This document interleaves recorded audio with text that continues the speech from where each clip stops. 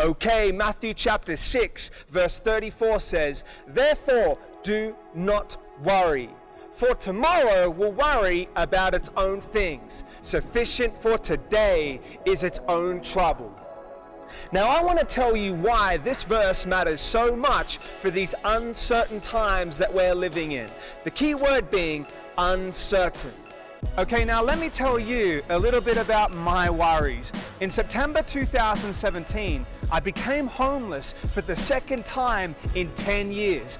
I took the only door that was opening to me at the time and bought a one-way ticket to Beijing, China. I busted my rear end to the bone, blood, sweat, and tears, scratching and clawing my way out of the situation that I'd found myself in. I made a vow with God that I would never find myself in that position ever again for the rest of my life. And then after 3 years, I'd found myself completely out of debt, and for the first time in my life, I had savings, enough of which that I was about halfway towards making a down deposit for a home in Australia. Things were looking up, things were looking good, and I really thought that I made well of my promise never to find myself struggling ever again financially. And then in an instant, everything stopped. I came to Mexico just for 1 month in January of this year. Literally the day after I arrived, news of COVID started circulating around the entire world. The next thing you know, the whole world shut down. I had all my flights rescheduled back to China canceled. I thought maybe I'd be here for another month, 2, 3, 6 months tops.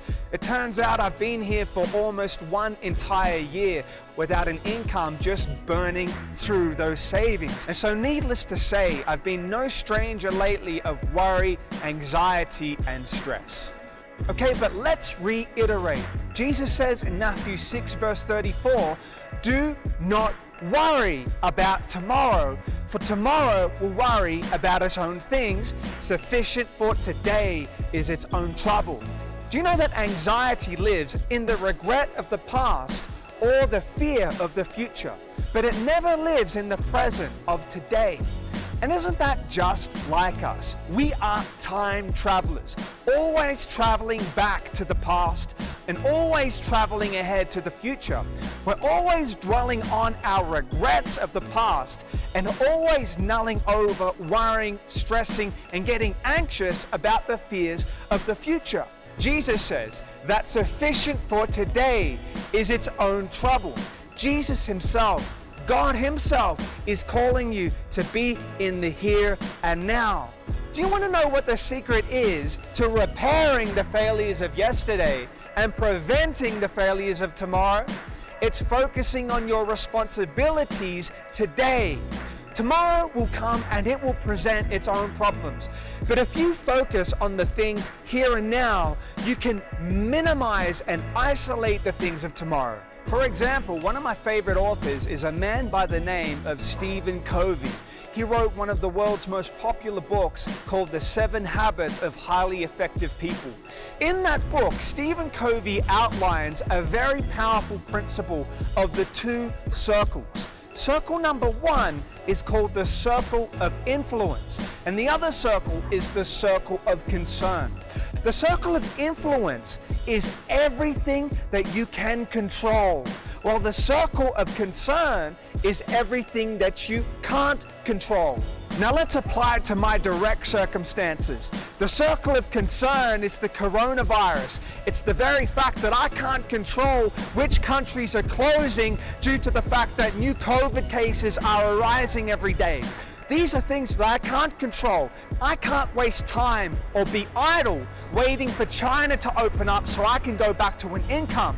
Instead of waiting idly by, why don't I occupy myself with something productive?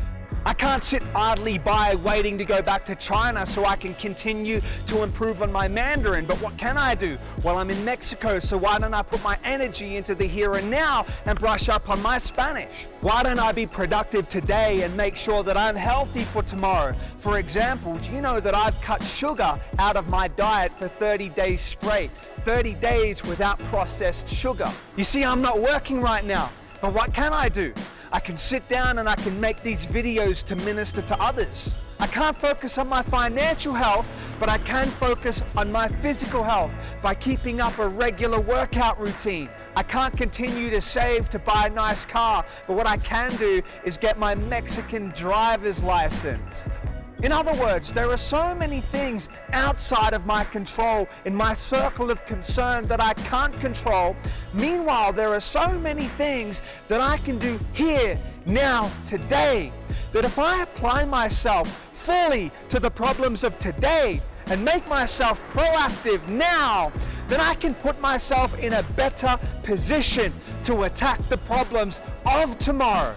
You know, I just graduated, hallelujah. But instead of sitting idly by waiting for something to happen, I decided to begin the process now to apply for my master's degree by typing up a new research proposal. The point is, there are so many things that you can do right now. Why wait for tomorrow to come with all its problems when you can tackle tomorrow's problems here and now? What are the things that you can do now? In your direct control, in your direct vicinity, in your sphere of influence that you can tackle right now.